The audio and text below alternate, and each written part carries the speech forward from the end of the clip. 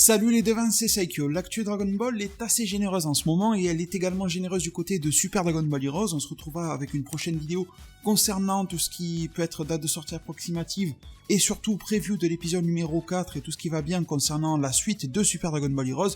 D'autres contenus sur Dragon Ball Super bien sûr arrivent, sur Boruto, etc. Énormément de sujets de vidéos sont prévus sur la chaîne. Là j'ai déjà une quinzaine de vidéos dont les sujets sont déjà planifiés, elles sont pas tournées du tout, mais voilà, une quinzaine de sujets planifiés. C'est quand même pas mal. Et sinon, aujourd'hui, on va se parler de l'épisode numéro 3 de la Big Bang Mission de l'anime Super Dragon Ball Heroes. Alors, si tu n'as pas vu l'épisode, je t'en fais un bref résumé. L'opening a été changé déjà, alors c'est la même chanson que pour la Big Bang Mission, mais visuellement ils l'ont changé par rapport à l'opening de la Big Bang Mission numéro 2 dans le jeu vidéo version arcade de Super Dragon Ball Heroes. Donc ils ont fait un petit parallèle commercial, marketing entre ce qui se passe dans le jeu vidéo et l'opening pour l'animé. Ils ont mixé les passages qu'ils pouvaient mixer, etc. On a un petit visuel que j'ai trouvé cool dans l'opening avec le SDBH, le logo comme ça, et les deux Goku SCJ Blue, SCJ 4. J'ai trouvé que ça rendait bien, même si c'est un effet de montage assez simpliste, mais c'est cool. Sinon, pour l'épisode, alors en bref, on va avoir tout un retour qui nous était déjà préannoncé de pas mal d'anciens ennemis de Dragon Ball. Donc on va avoir du Bojack, on va avoir du Metal Cooler, allez savoir de quelle continuité est ce Metal Cooler, si c'est le même que l'on a vu précédemment ou pas, parce que visiblement il était un peu anti-Fuse celui-là, mais là il a l'air d'être recollé au groupe. On a Super 17 qui sont un petit peu de nulle part, mais pourquoi pas. On a Thalès, vous l'appelez comme vous voulez, Thalès, voilà.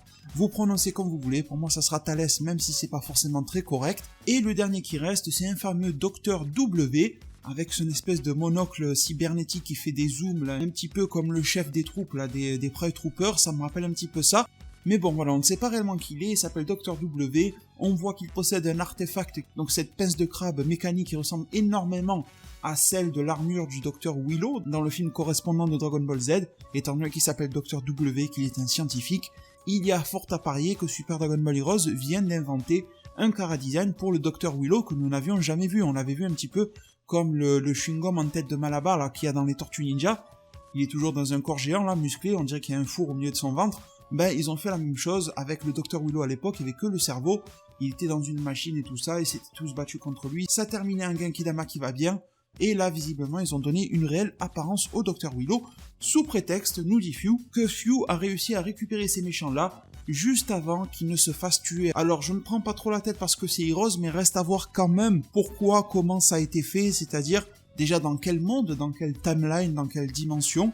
Bon, on va dire que chaque film doit représenter une dimension à elle-même, et non, on ne peut absolument pas dire que les films sont canons, déjà parce que Super Dragon Ball Heroes n'est pas canon, et même si Super Dragon Ball Heroes est censé réintégrer les Goku et Vegeta de DBS, qui eux font partie du canon, Super Dragon Ball Heroes les déforme et les caricature énormément, jusqu'au point que ces Goku et Vegeta-là vont reconnaître ces ennemis qu'ils n'auraient jamais dû reconnaître s'ils étaient dans Dragon Ball Super. Parce que reconnaître Thalès ou reconnaître Bojack, bah alors pourquoi est-ce qu'ils n'ont pas reconnu Broly dans le film DBS Broly? Alors pourquoi est-ce qu'ils ne savaient pas faire, en tout cas pour Vegeta, la danse de la fusion métamol, alors que pourtant ils l'ont déjà faite dans le film face à Janemba? Soit tu reconnais tous les films dans le canon de DB, soit tu ne les reconnais pas. Bien évidemment, c'est Dragon Ball Super qui a la primeur de reconnaître ça ou pas, c'est pas Heroes. Dragon Ball Super nous a bien mis en avant le fait que les films sur Broly n'étaient pas canon. Idem quand Kale était apparu, ils n'avaient pas reconnu cette forme-là. Ils ont mis en avant le fait que la fusion métamol n'était pas un acquis du côté de Vegeta, donc tous les films ne sont pas canons, et ça serait totalement illogique de mettre dans la chronologie de DB les autres films restants, les Bojack et compagnie, ou encore même des personnages de DBGT comme Super 17. Bon, vous m'avez compris à partir de ce moment-là, et ce qui va se passer ensuite, c'est que ces ennemis sont ramenés, Bojack avec son nouveau look directement issu de One Piece, et la toile animation lui a tellement manqué de respect qu'on l'appelle même plus Bojack, mais on va l'appeler Léjack, et bien il se met à s'énerver contre Thalès qui ressemble à Goku, qui ressemble au Saiyan, ça va se taper entre eux, là aussi on voit le côté un peu illogique, mais on se prend pas la tête au niveau des puissances dans Super Dragon Ball Heroes, parce que Thalès est censé se faire dégommer par Bojack, sauf que ce n'est pas le cas, il y a une sorte d'égalité, histoire de faire joli, de faire un petit peu de sparring avec Bojack qui s'énerve, ah, attention Saiyan, je vais te tabasser. Bon voilà, c'était cool hein, de voir cette petite confrontation, mais j'ai senti qu'elle était plus là pour meubler qu'autre chose, je ne sais même pas si ça aura une valeur ajoutée dans le jeu vidéo, pour les japonais qui auront la chance de s'y essayer. Est-ce qu'il y aura un petit combat intermédiaire Bojack-Thalès? Je ne sais pas. Les autres personnages servent un petit peu de pantin, mis à part le Dr W à la fin. Super 17 et Metal Cooler, vous oubliez pour le moment. Probablement qu'ils seront plus intéressants est plus mis en avant par la suite. Donc ensuite dans l'histoire, on voit que Thalès a mangé énormément de fruits de l'arbre sacré, non pas de l'arbre qui est en cours là, de l'arbre du temps de Few, en tout cas c'est pas ce qui est dit. Il les mange de l'arbre sacré, je ne sais pas où est cet arbre, du coup personne ne s'est rendu compte. D'où est-ce qu'il sort les fruits, est-ce qu'il en a fait un stock avant que l'arbre soit foutu? Donc je vous disais aussi, je me demande quand, comment, etc. Few a récupéré ses méchants, parce que au cours de leur confrontation face à Goku et Vegeta, eh bien on va avoir des phrases du style Thalès qui se rappelle de Gohan, Bojack qui n'a pas forcément l'air de se souvenir de son combat contre Vegeta, même s'il reconnaît le Saiyan. Donc est-ce qu'ils ont été ramenés juste avant de mourir, Thalès, Bojack et compagnie, ou est-ce qu'ils ont été ramenés carrément juste après avoir rencontré Goku, ou ce genre de choses? Mais dans tous les cas, ça crée des creux scénaristiques, je vais pas rentrer dans le détail, je vais même pas m'expliquer. Si vous voyez où je vais en venir, tant mieux, sinon tant pis, parce que c'est Dragon Ball Heroes, il n'y a pas besoin de se prendre la tête plus que ça, on va juste finir nos stocks de Doliprane de manière prématurée, donc ça sert à rien. Et donc, dans la suite des événements, on a Thalès et Bojack qui vont entrer en combat face à Goku SSJ Blue et Vegeta SSJ Blue. Donc, vous pouvez crier au scandale si vous voulez par rapport au niveau de puissance. Je vous avais déjà prévenu, donc je comprends pas trop pourquoi ça crie au scandale. Dans Dragon Ball Heroes, ça fait presque 10 ans maintenant, c'est comme ça. Les vieux ennemis qui sont tout éclatés comme Thalès et tout ça reviennent indéfiniment et on nous sort toujours un prétexte plus ou moins justifié pour faire en sorte qu'ils rivalisent avec les transformations et formes actuelles des héros. Ça a toujours été ça. On a toujours eu des retours, ils arrivent à tenir tête face à des SSJ1, des SSJ3, des SSJ4, ils arrivent à tenir à des SSJ God, des Blue, des machins, et ce sera toujours comme ça. Et peut-être que dans 2-3 ans, Thalès et Bojack reviendront encore et feront face à Vegeta, SSJ Blue Evolution, à Vegeta qui revient de Yardra, ou pourquoi pas à Goku Ultra Instinct maîtrisé, parce que c'est le délire de Dragon Ball Heroes, en vous rappelant que c'est un jeu vidéo, et que cet animé fait la promotion du jeu vidéo. Un petit peu comme quand on avait les éléments en animation avec le personnage de Hachiak, et cette animation-là de Dragon Ball Z servait à faire une soluce pour le jeu vidéo qui était sorti qu'au Japon, dans lequel il fallait battre justement Hachiak et tout ça. L'animé Dragon Ball Heroes ne sert pas de soluce au jeu Super Dragon Ball Heroes, mais il sert à en faire la promotion, le marketing. Il sert à vendre le jeu, si vous voulez, à donner envie d'y jouer. Donc on est un petit peu dans les mêmes eaux, on est sur un animé qui n'a pas vocation d'être réellement un bon animé, mais d'être quelque chose qui te redirige vers un autre format qui est le jeu vidéo. Idem pour le manga Heroes, même si le manga est nettement meilleur, et je le redirai chaque mois, ou du moins je le redirai tant que c'est le cas, et pour le moment c'est toujours le cas. Du coup ensuite qu'est-ce qu'on a? On a du combat entre donc Bojack et Thalès face à Goku SSJ Blue et Vegeta SSJ Blue. Donc l'animation est pas terrible, je ne sais pas si c'est à cause de la crise du Corona, parce que Toei Animation se sont pas mal mis en pause, ils ont mis pas mal de séries en pause, pas mal de staff travaillent depuis la maison, ils ne sont plus dans les bureaux, il y en a pas mal qui sont arrêtés pour être testés, etc. pour le Covid et tout. Donc il y a pas mal de choses qui sont à l'arrêt, et il y a pas mal de scènes qui ne sont même pas finies. En termes d'animation, je ne rentrerai pas dans le détail, mais surtout par rapport à ces moments-là où on voit Vegeta face à Bojack et tout ça, l'animation n'a même pas été terminée. Alors j'ai envie de dire, peut-être qu'ils s'en foutent un petit peu, et à la guerre comme à la guerre, hein, comme on dit, voilà, le plan B a été sorti. Bon, ensuite, niveau de puissance, donc rien d'étonnant, même si ça pourrait être étonnant si vous ne suivez pas Dragon Ball Heroes habituellement, le fait que les deux camps rivalisent, les SSJ Blue face à Bojack et Thalès, et encore que Bojack n'a même pas sorti sa transformation, Thalès n'a pas forcément l'air de forcer au maximum. Est-ce que Thalès va avoir du SSJ 1, 2, 3, 4 ou je ne sais quoi, ou du rosé pour rigoler, même si ça n'a aucun sens, parce qu'il faut qu'il y ait le truc divin de Zamasu pour former le rosé, mais bon, ça serait classe. En parlant de rosé, j'ai kiffé la voix de Masako Nozawa sur Thalès, j'ai trouvé qu'elle rendait extrêmement bien, en sachant que Thalès était la version originale de cette voix dans les années 90, puis Goku Black a permis à Nozawa de retravailler dessus, puis Nozawa reprend les acquis de Thalès et Goku Black pour nous refaire un Thalès version 2020, et ça j'apprécie beaucoup. D'ailleurs Thalès sera plutôt un point positif je trouve, hein. En termes de dessin, bon l'animation est pas ouf mais ça passait. En termes de prestance, de charisme, de chara-design, de respect par la Toei Animation, Thalès était vraiment l'élément positif de l'épisode. Goku, Vegeta, Bojack, Trunks, tout ça, ont été beaucoup mis en retrait. Trunks d'ailleurs qui sert à pas grand chose. Pan qui est là, mais pour dire que je suis là, quoi. Je suis en train de faire babysitting de l'oiseau. L'oiseau qui par moment est faible, par moment il peut tenir tête à Beerus. Few qui fait quelques ricanements, qui tease un petit peu qu'il veut l'oiseau mais sans trop le montrer, qui a l'air toujours d'être dans le délire expérimental un petit peu foufou, accompagné de Towa, qui nous ont ressorti en mode cosplayeuse de C21 mais qui n'a même pas parlé. Allez savoir ce qu'elle veut, allez savoir voilà c'est quoi son délire à elle, pourquoi est-ce qu'elle se ramène ici, comment a été refaite la rencontre entre Few et sa mère donc Towa. Enfin, j'aurais bien aimé un petit moment émotionnel par rapport à ça. Ils l'ont fait ce moment émotionnel dans l'épisode transitoire là où il y avait Mechi Kabura et tout ça. On a vu que Mira et Towa ont envoyé un petit peu comme Bardock et Guinée leur enfant Few au travers des dimensions pour l'épargner du sort de leur royaume. Eh bien, même si c'était du côté des méchants, c'était assez émotif comme moment.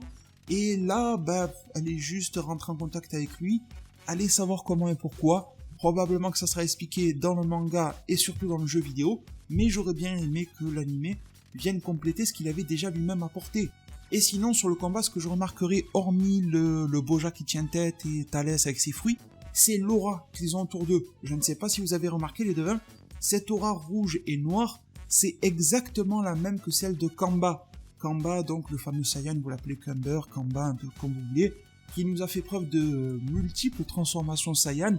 Il est allé jusqu'à même devenir Ozaru, on attend qu'il nous ponde le SSJ4, peut-être que ça se fera dans cet arc, mais je pense qu'on aura tôt ou tard un Kamba SSJ4 qui sera absolument monstrueux. Mais du coup, ce qu'avait aussi Kamba, c'est autre chose, c'est le mode Berserker. Vous vous rappelez, il avait été capable de le transférer à Goku, qui pétait un petit peu les plombs. Je crois que Goku était un SSJ2 si je me souviens bien. Il avait les yeux qui se sont révulsés, tout ça, il est devenu plus balèze, mais il a perdu la raison. Et sur Kamba, il ne perdait pas spécialement la raison parce que de base il est déjà cinglé, mais il devenait beaucoup plus puissant et ça venait améliorer toutes ses formes de transformation et même sa forme de base. On l'a vu rivaliser face à des fusions. Donc ça aussi c'est une justification du power-up, le fait que Bojack et Thalès bénéficient du Berserker. Donc je me demande, ça pourrait être un point de scénario un petit peu émouvant, un petit peu intéressant, le fait que Few a réussi à récupérer Kamba lorsque Kamba s'est fait défoncer face à Couleur. Donc Kamba était très accessible et puis de toute façon on a vu que Super Few dépassait Kamba, donc voilà, c'est assez ouf. Peut-être qu'il le tient sous sédatif, enchaîné avec je ne sais quel type de chaîne magique ou quoi, et qu'il en extrait l'essence de cette forme d'énergie de Berserker, et qu'il fait quelques picouzes sur Bojack et sur Thalès pour pouvoir les nourrir de cette énergie-là, et que le Berserker de Kamba puisse être retransmis sur de nombreux ennemis. Peut-être que même Few va l'exploiter par la suite, mais en tout cas, là, il est en train de faire des tests préliminaires sur Bojack, sur Thalès, et si c'est le cas, on pourrait même s'attendre à ce que Bojack et Thalès s'auto-détruisent eux-mêmes, un petit peu comme Sagambo dans le manga Dragon Ball Super. Trop d'énergie de la part de Moro l'a fait imploser, et peut-être que Bojack et Thalès vont surpasser Goku et Vegeta et Seiji Blue, parce que s'ils rivalisent avec eux sans trop forcer, alors Bojack, avec sa transformation qu'on connaît du film, plus le Berserker et Thalès, qui hypothétiquement nous sort le SSJ 1 ou 2 ou un truc comme ça, plus il va bouffer des fruits, plus il va mettre le Berserker dessus, ils peuvent dépasser Goku et Vegeta Blue, même si ça fait de la peine de le dire, mais c'est possible. Et du coup, la victoire ne viendrait pas de Goku et Vegeta, ne viendrait pas de la Z-Team en général, mais viendrait peut-être d'un trop de pouvoir tue le pouvoir, et une implosion à cause du Berserker, et ça fait vraiment mécanisme de jeu vidéo. C'est combien de fois dans des jeux vidéo on se retrouve dans un combat de boss et on ne doit pas réellement battre le boss, mais on doit tenir un certain temps face au boss, le temps que lui-même va s'écrouler d'une manière ou d'une autre. Bon, ça pourrait être intéressant comme ça. Et hormis cela, les devins, je trouve que ça fait vraiment beaucoup trop d'éléments à nous mettre sous la main en seulement à peu près 8 minutes d'épisode. C'est des éléments qui, encore une fois, sont intéressants. Vu de loin, quand on les prend un par un, on se dit que ça pourrait avoir beaucoup de belles ramifications, mais ça ne mènera pas grand-chose, étant donné qu'on est dans un animé avec un épisode qui sort tous les mois à peu près, en gros, et dont l'animation n'est même pas finie, dont l'histoire essaye de tout intégrer en 8 minutes, dont certains moments traînent énormément en longueur. On a un discours de Vegeta durant l'épisode, là, il est tourné de 3/4 en arrière, enfin, ça dure 3 heures, il parle. Franchement, au début, ils sont en train de regarder les racines dans le ciel, on les connaît déjà. Ils sont en train d'observer ce qui se passe avec Pan, avec Xenotrunks. Ça perd du temps alors qu'on aurait pu embrayer sur beaucoup d'autres choses derrière, mais ils ne le font pas. Et sinon, le dernier élément que l'on a dans cet épisode-là, c'est le docteur Raoult Black, comme vous avez pu le voir, le docteur Raoult maléfique. Je ne sais pas s'il a besoin de faire un tour en enfer pour trouver la solution au coronavirus et en extraire l'essence de la molécule du plaquenil pour soigner la Terre, mais en tout cas, il est là, le docteur W, qui fait face de manière assez classe, il faut le dire, ça vend un petit peu du rêve comme décor à Xenogoku, Xeno-Vegeta. Xenogoku et Vegeta qui ont toujours des vêtements qui sortent de l'ordinaire et je trouve que ça leur va bien. C'est pas grand chose, c'est basique, mais ce grand manteau long noir, imaginez-les garder ce manteau en termes de cara design, plus activer le SSJ4, les deux en même temps, parce que là je les vois bien le faire, ils sont les deux côte à côte. Il y a Mamoru qui supervise l'animation, bien qu'il n'ait pas fait grand chose sur cet épisode-là.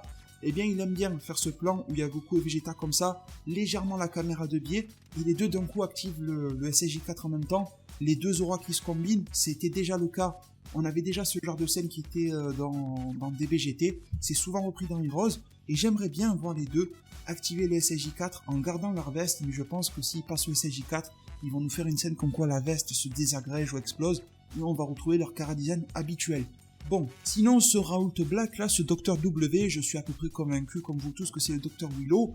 On se rend donc compte qu'il utilise le même artefact au niveau du bras pour se battre. Bon, ça me ferait chier quand même que ce vieux débris se batte contre Goku, Xenogoku et Vegeta en full power et qu'ils rivalisent ou qu'ils les battent avec un vieux robot à la con. Et bon, franchement, je pense que même si on justifie qu'ils ont le Berserker, que Fiolezar est EP, que c'est un jeu vidéo, c'est vrai que là ça a du mal à passer. Thalès et Bojack ils ont une certaine prestance, mais le Dr Willow, ils lui ont donné un chara-design de vieux scientifique. Voilà, bon, je sais pas quoi vous dire, c'est pas terrible.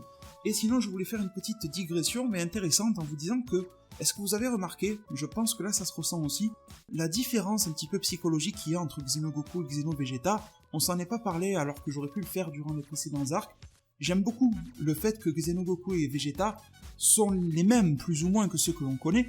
Pour rappel, Xenogoku et Vegeta, et principalement Xenogoku, proviennent de l'imaginaire de Xenotrunks qui a été matérialisé grâce à Chrono 1, et ça a donné vie à Goku. C'est un petit peu à peu près le même délire pour Vegeta, et même pour les ennemis.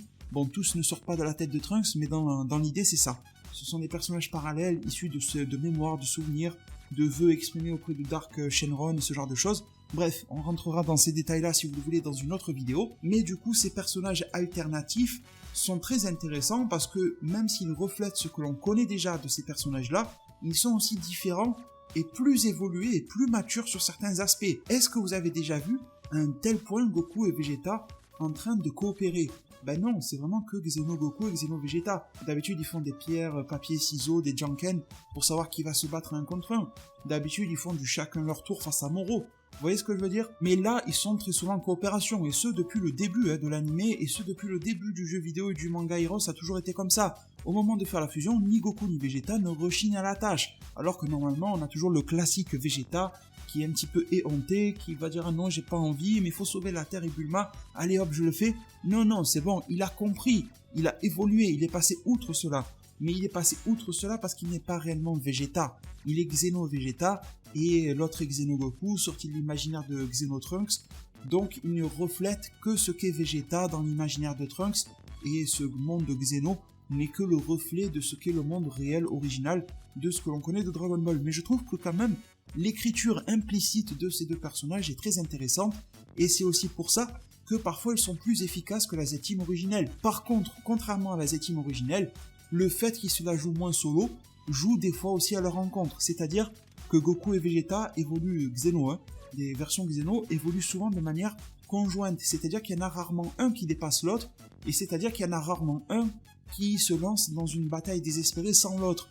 Alors c'est beaucoup plus logique, c'est beaucoup plus mature, c'est beaucoup plus réfléchi, et c'est beaucoup plus sécurisé, mais de l'autre côté, ça leur évite de réaliser des exploits, c'est-à-dire le Vegeta qui va sortir un truc inespéré tout seul face à Virus, qu'on ne touche pas à Bulma. C'est le Goku qui se retrouve aux portes de la mort et qui tout d'un coup il est tout seul, seul rempart extrêmement affaibli, il va activer l'Ultra Instinct car il dépasse ses limites et brise sa copie.